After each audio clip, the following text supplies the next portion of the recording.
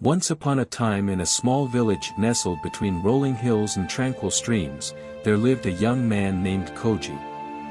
Koji was known for his gentle nature and kind heart, but he often struggled with the concept of embracing his masculinity. One day, Koji decided to seek the guidance of the wise old monk who resided on the outskirts of the village. The monk, a venerable soul with a long white beard and serene eyes, welcomed Koji into his humble abode. "Dear Koji," the monk began, "to embrace your masculinity is to understand the strength within, not as a force to conquer, but as a river to flow with."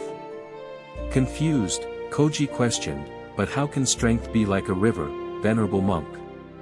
The wise monk smiled and beckoned Koji to follow him to a nearby stream. As they stood by the water's edge, the monk pointed to the bamboo growing on the banks. "Look at the bamboo, Koji. It stands tall and firm, yet it sways gracefully with the wind.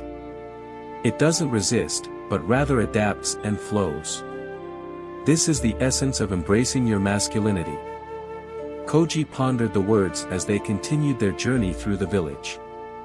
Along the way, they encountered a group of children struggling to build a bridge across a small brook.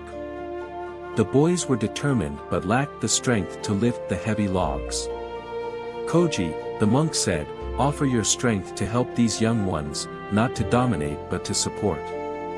With a newfound understanding, Koji joined the children. He didn't overpower them but guided and assisted, allowing each of them to contribute their unique strengths. Together, they built a sturdy bridge that connected the hearts of the village. As the sun set, Koji and the monk returned to the small dwelling.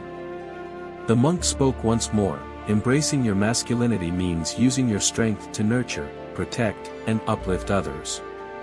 It is not about dominance but about harmony." From that day forward, Koji became a pillar of support in his village, embodying the wisdom of the old monk.